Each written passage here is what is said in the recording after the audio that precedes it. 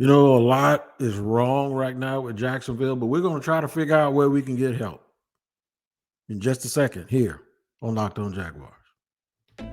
You are Locked On Jaguars, your daily Jacksonville Jaguars podcast, part of the Locked On Podcast Network, your team every day.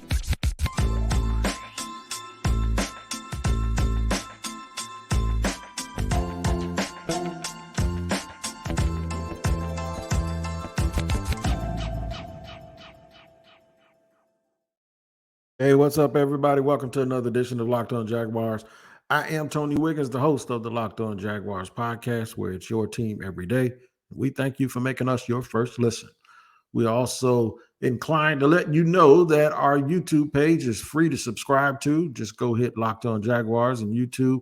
Make sure you hit the like button. Make sure you subscribe and hit that bell button so you get notifications anytime we drop an episode. And wherever you listen to your audio podcast, make sure you tap into that place every single day so that you don't miss one of the episodes that we drop. I'd like to give a special shout out to the everydayers of the Locked On Jaguars podcast.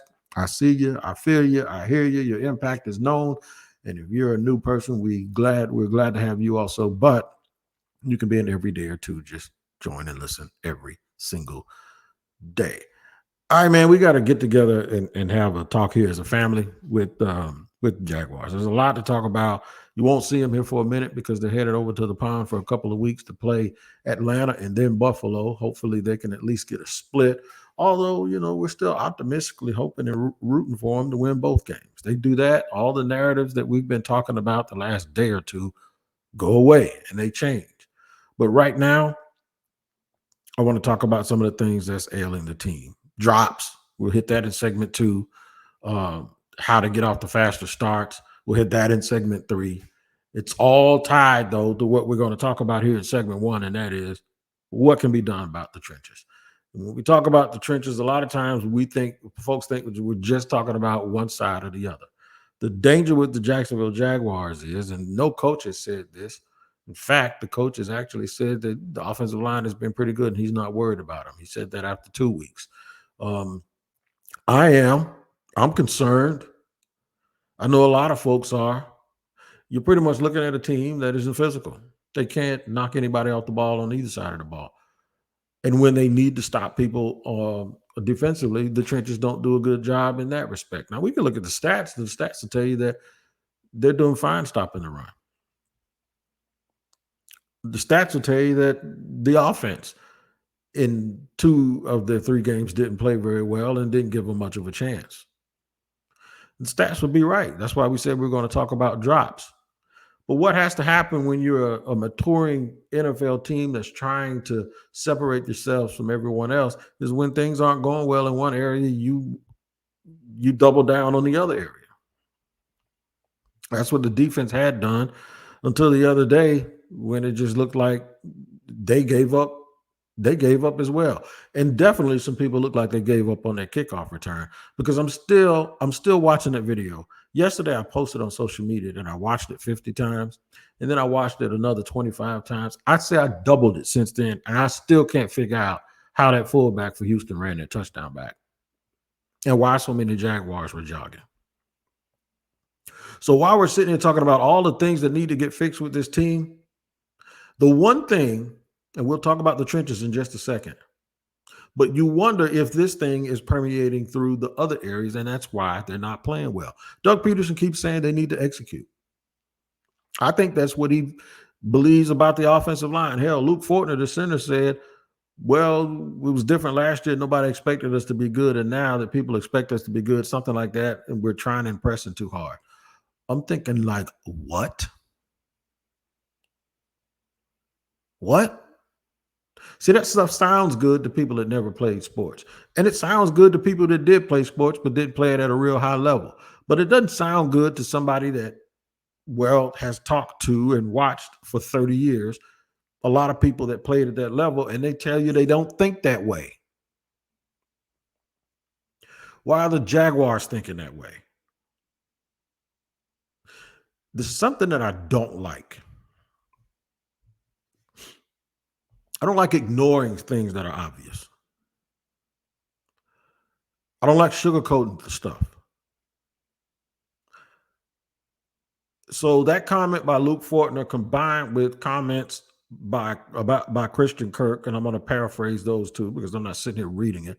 Well, last week he talked about how hot it was, and this week he's saying maybe this, and I know what maybe he was trying to say. He was probably trying to make the best of the fact that this team was traveling, and they could use that to sort of galvanize themselves and kind of get back to whatever it is they got to get back to. One, I don't know how in the hell 3 games in you blame anything other than yourselves.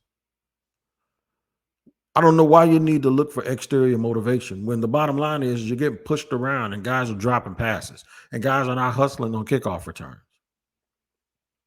And folks are missing tackles and getting inopportune penalties and getting field goals blocked.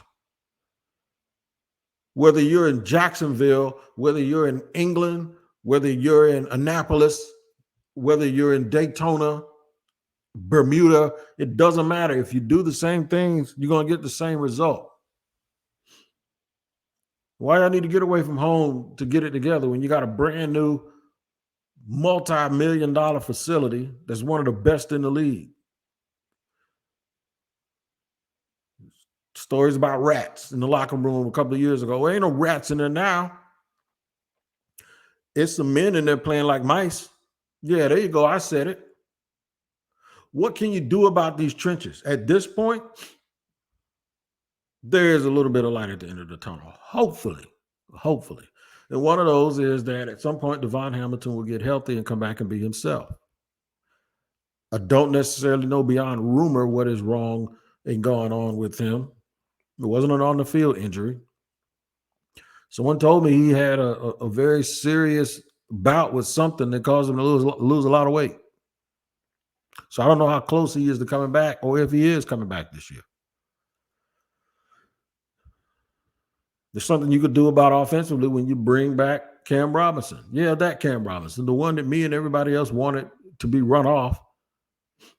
And mainly me running him off is because it didn't seem like they were that overly committed to him anyway. The funny thing is this team has avoided hedging its bets. This team has been steadfast in their approach about who they're going to lean on and how they're going to go about their business when it comes to these players. They told us these are the guys. This is the group, right? You don't need – everybody said as soon as this thing got right last year for the playoffs that you didn't need those 4 years that Caldwell tried to use. Now, okay, so these are guys. This is what we're doing here. These guys are good enough. Even Doug Pederson said the other day, they think they have the right guys in the building. They just got to play better. And I agree with that to a certain extent. But does that mean that playing better is going to be good enough for what we want? Because there are a lot of teams that play poorly and still find their way to a victory, especially against a team like Houston. You don't have to play perfect in order to beat one of the worst teams in the league. They didn't play perfect and got smoked. So there's some alarming things. We're going to talk more about these trenches, and then we're going to talk about how we're going to fix those drops. And that's going to carry us to how do we get off the faster starts in these games that could probably allow us to be more of who our identity is, or who we want that identity to be. We're going to discuss it, man. We're going to discuss it all here on Locked On Jaguars. One of the things that you'll notice that I'm going to tell you here in segment 2 is this. You better hope like hell that Cam Robinson is able to come back and either play left guard or play left tackle to the point where they can walk a little inside to left guard and put Ben Bartch on the bench. It's the only way the offensive line trench is going to get better. I'll tell you more about it in just a second here on Locked On Jaguars. I'm in the hair business. Y'all know that. Everybody knows that I've been a barber for over 30 years. And one of the things that I always encounter are men who are losing their hair. And they get absolutely crazy about it. I'm glad I can tell them about Nutrafol. Nutrafol is the #1 dermatologist recommended hair growth supplement, clinically shown to improve your hair growth, visible thickness, and visible scalp coverage.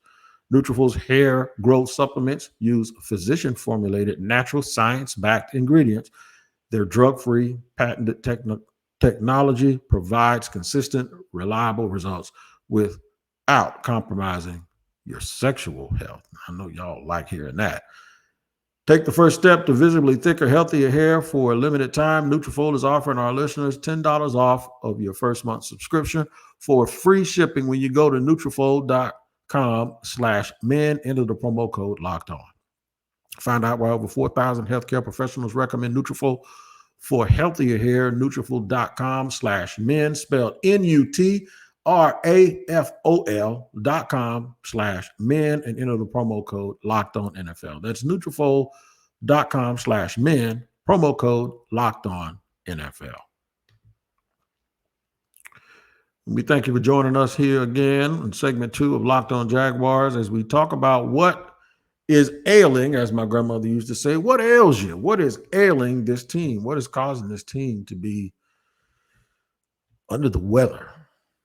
And what is the elixir or the antibiotic that's going to fix it? They're 1-2 at this point, 1-1 in the division, 1-2 in the AFC. What can be done about the trenches? Well, Cam Robinson is going to come back, and hopefully he comes back and he's rejuvenated. Hopefully he's better than he was before he left. And even if he isn't, he'll at least, I think, provide a physical effect in the running game that's going to be felt. For the record, Walker Little has not been terrible at left tackle. He has not been. He easily gave up a sack against, I know he gave up one against KC. He may have given up one against the Colts. And I don't know how he's played in the run game, but I know they run better to the right side than they do the left side. But in any event, at least it seems that way. Statistically, it might bear out something else. I think he's been good enough that you don't have to worry about him too much. But I want to see what he does at left guard. Anton Harrison has been held out a little bit because he got banged up.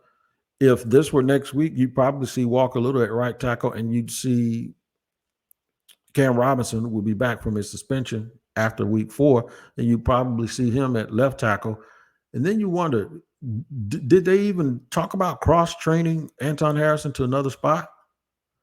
Or is tackle going to always be his spot? And if so, when he plays against an elite player, like, y'all, they got to help him, man. They got to help him. He's getting beat up. He's getting banged up by these guys. Of course, Chris Jones is going to do that. But then the other day, it just seems like it was the same thing. You need to give the young man help. Just not ready for a whole NFL slate. Part of it could be that he was banged up in training camp, so he's never been healthy either. Those trenches need help, man, and usually that is not something you can fix during the season. It's a little too early to look around the league and see what's available and who wants to start dumping people. I doubt if the Vikings aren't going to dump Danielle Hunter after they just gave him a contract with a bunch of bonuses and guaranteed money. He ain't going anywhere. So when you talk about the defensive side of the ball, I was telling my buddy Sam this on the phone earlier. I said, Sam, even if Trayvon Walker is as good as we hope he is, or even if he was as good as, it would suggest that a guy who gets picked number 1 overall is, the Jaguars still needed to go out and get another edge rusher. I mean, not like go trading for Brian Burns, unless you were going to include Josh Allen in a trade for Brian Burns. If you weren't going to include Josh Allen in that trade, you ain't going to trade a guy that you give up 2 first-round picks for, give $27 million a year, and then you have him, another guy you have on a franchise tag, and Trayvon Walker all standing around there, and 2 of them starting, and the other person sitting there like, well, I'm a franchise guy, or I was the first overall pick, and you benched me, unless they were going to move Trayvon and put his hand on the ground. The only way they do that, in my opinion, is they put him in a spot that another guy that they restructured and re-signed was Roy Robinson Harris. That's the spot he needs to play. I don't think he can play the others. I think he can play left big end, but I don't think he can play left big end when you have another defensive tackle on the field, a defensive lineman, or a guy who already is a hybrid. You need at least 2 big run stuffers. You need a nose tackle, and then you need a really, really big guy to be able to hold down the fort. I think you get too small when you go Trayvon 275, Roy Robinson 290, And now you don't even have 330 with Devon Hamilton. I think you run the risk of being too small when you do that. So what do? I think they're going to keep looking around. I think if Chase Young becomes available, they may take a look-see and see how that works out. One thing about it, two things for sure, if they don't start getting the quarterback on the ground, you're going to hear more and more people talking about Trayvon was a wrong pick. I don't necessarily believe that. I think he has to be used a certain way. I love the athletic profile and using guys like that. I just think I'm not hung up on just the aspect of pass rushing like a lot of people are, because those are the same people that they didn't allow me to be hung up on the fact that Yannick Ngakoue was a great pass rusher, but he wasn't good against the run. And then they said, well, you don't pay a guy like that. But now they're saying the other thing. You don't pay a guy who's good at everything except being a great pass rusher. I kind of just want folks to make up their mind, but this is what it is. Nobody's going to do it.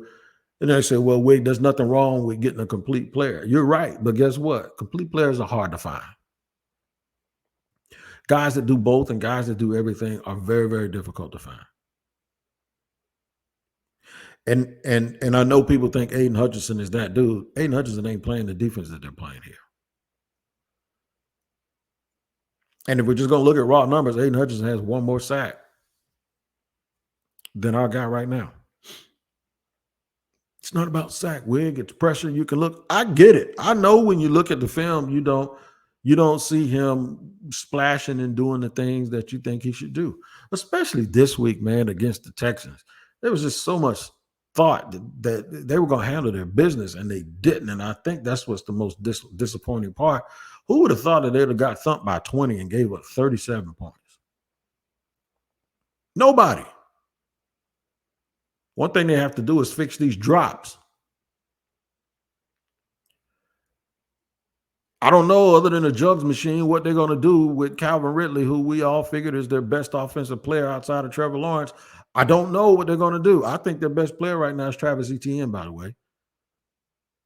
How do you make a guy more confident? Are they throwing the ball to him? Is it too much? Is he getting in too much traffic? Are they trying to force the ball? Just run the offense. Hard to do that with Zay Jones being out. So I'm going to tell you what I think that they should do to get off the faster starts and be more efficient. Doug Pederson talked about scaling it back. I'm going to tell you what I think scaling it back means. Scaling it back, in my opinion, means you come out, the only people that are going to touch the ball early in the game are the guys that you know are your best players. And they better not drop or fumble the ball. That's Etienne, that's Ridley, that's Kirk, and that's Evan Ingram. Force feed them. I'm talking about for a quarter and a half. And then start working in everybody else. Y'all can leave Jamal Agnew right over there, though, doing special teams. Love him to death. I can't trust him. And at some point, you have to wonder, are the coaches going to trust Ridley? Are the coaches going to trust all of these other guys who can't hold on to the football? Everybody keeps having a case of the drops, and it always comes at the wrong time. We'll talk about that more in just a second here on Locked On Jaguars. But first and foremost, I want to tell you about FanDuel. You need to snap into action this NFL season with FanDuel, America's #1 sportsbook. Right now, new customers get $200 in bonus bets. Guaranteed when you place a $5 bet. That's $200 in bonus bets, win or lose. If you've been thinking about joining FanDuel, there's no better time to get in on the action. The app is so easy to use. There's a wide range of betting options, including spreads, player props, over-unders, and more. So visit FanDuel.com/lockedon and get off the NFL season. FanDuel, official partner of the NFL. You need to kick off the NFL season with FanDuel. Make sure you use FanDuel.com/lockedon. Visit FanDuel.com and include money lines, props, etc. around your team. That's right. Money line, props, you get all of that. They give you all of that information at FanDuel. Make sure you do FanDuel.com/lockedon. All right, man, trying to make sense out of it. What can be done about the trenches? You better hope Cam Robinson, and you better pray. First of all, you're going to pray for Devon Hamilton anyway, that he gets better, but hopefully he'll be able to come back and give you something. And then hopefully they figure out a way to try to use Josh Allen and Trayvon Walker to be able to get more sacks and put more pressure on the quarterback. How do you fix the drops? Extra work after practice. Tell guys you need them. Remind them. Calvin Ridley, you're in a contract year. Come on, man. Let's go. We want to see you be that guy, and we'll do everything. But when we put the ball in your hand, you got to catch it. Just relax. Kirk, catch the ball. Without Zay Jones, too, this unit looks really small. Not Miami Dolphins small, but small in a different way. Like, I just wonder who's going to win the high point balls. That's not really Evan Ingram's thing. Evan Ingram catches the ball and he runs well after the catch, but he ain't a high pointer. He ain't jumping up in the air catching the ball. So when Trevor has these passes that aren't great, they don't have like a Mike Evans. I'd love to see Mike Evans as a Jaguar next year. People know how I feel about big, rangy receivers. I just think we have guys that they get knocked up their line a little bit too quickly. When the ball arrives at the same time as the DB, the ball gets knocked out of their hands. So we're not going to fix the fact that they're probably not a big physical receiving core. So Trevor just has to be more accurate. They have to be more pointed to where they're going with the football and who they're going to give the football with. So how do you fix the drops? You have to depend on them. And if they can't stop dropping it, you have to sit them down. I'm sorry, I don't give a damn who it is. If you can't catch the ball, you can't play until you learn how to catch it. Because by catching the ball, you're going to get off the fastest starts. They would have scored a touchdown the other day had Calvin Ridley caught a touchdown. Now, we think they're going to get better. We think they're going to improve. We think they're going to, because of who they are and how they're cut and how they're made up, we've seen it before, right? We think they're going to get it turned around. But we won't believe it until we see demonstrated performance, and you have to be able to do that. And there's nothing about a team that can't win in the trenches, that can't get out of their own way, and those are Doug Pederson's words,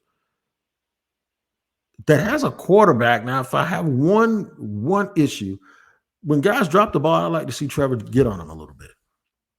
And I don't know if he's yoked that way, if he's built that way, but maybe tomorrow what we'll do on the show, we'll examine his leadership style. I won't say he lacks leadership, but he has a leadership style. And if it needs to be tweaked a little bit, we need some fire and brimstone. And it needs to come from the guys who are the better players. Everybody likes each other. Go up and clap in. Man, come on, you got to catch that. And I don't know that he's not doing it, but we don't see it. So until we see it, I don't know if he does it or not. But you got to be able to depend on the guys that you think are the best players on your team, because those are the guys that you're going to depend on to get off the fast starts. That's who you're forcing the ball to. I'm telling you, in the first probably 18 minutes of the game, if your name ain't Etienne, Ingram, Kirk, Jones when he's back, or Ridley, you're not seeing the ball for a quarter. We need to simplify this and get this back down to lean on your best players in order to get off the quick starts. Just throw your stuff out there right now. Just go ahead and lay it out on the line. Just whip it right. There it is right there. This is what I'm working with. Let's go. We ain't got to fool you. We ain't got to come here with this misdirection with Agnew. We ain't got to get cute with these backup tight ends and these other guys that we think we can line something up and get a mismatch. We can do that later in the game. What we're going to do is 4 is enough. We're going to focus on these 4 people. And we're going to cook with them. It's what the real good teams do. There's no pretenses about it. This is who we're playing with. This is who we're coming with. And you got to stop it. They're not good enough to spread the ball around to 7 people right now. They're just not. And as far as Agnew is concerned, Jamal Agnew, I like the kid, man. I think he represents a lot. He does a lot. He takes a lot of chances on special teams, and he has kept the Jaguars in a whole bunch of games before. But let me tell you something, bro. You cannot fumble 3 times in 4 games and think it's sweet, like nobody's going to say anything about it, and then probably start saying, just leave him on the sideline. Don't even put him in the game. I don't care who you are. If you cannot protect the football, you got to sit. And in fairness to him, some of that might be the fact that he's sitting over there the whole time. Sometimes when he return punts, he lets them go. And when he return kickoffs, he almost lets them go. So we'll confuse this activity that he has and think that he's all greased up when they call him in a critical situation to come into a game with an end around or a lateral. And then as soon as he gets hit, bang, he drops the ball. They got to figure it out, man. They still talking about putting people in the right spot, still talking about lining folks up. The Jaguars got to get this thing together, and they got to do it very, very quickly. I think they can get it done.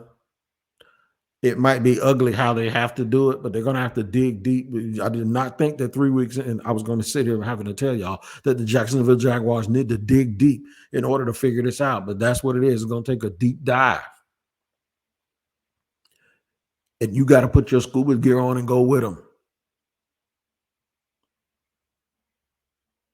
It's not going to be pretty. It's not going to be as easy as we all made it sound. And I'm as guilty of it as anybody. Tell you what ain't hard at all is to watch Locked On NFL Monday through Friday, every single day. If you're on YouTube, you can catch it anytime. Go back and look at old episodes, man. You'll see how guys give you comprehensive stories from around the NFL with all the latest news and the breaking news, and they do a really good job. I'm one of those guys on Wednesdays along with James Rapine, but make sure you check everyone out. Too many guys to name it. Everyone from around our network makes a contribution to Locked On NFL. We'll look at Trevor Lawrence and his leadership style. Notice I didn't say lack of leadership. We're going to talk about Trevor Lawrence and his leadership style on tomorrow. Let me make a big note of that because we're going to do a little dive into that to see if while we love Trevor Lawrence, we're going to make sure that he's doing all the things right that he needs to do in order to be the franchise quarterback that we all need him to be. All right, man. Until the end, you guys take care of each other.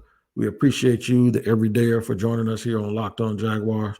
Make sure you join us again every single day. Until then, take care.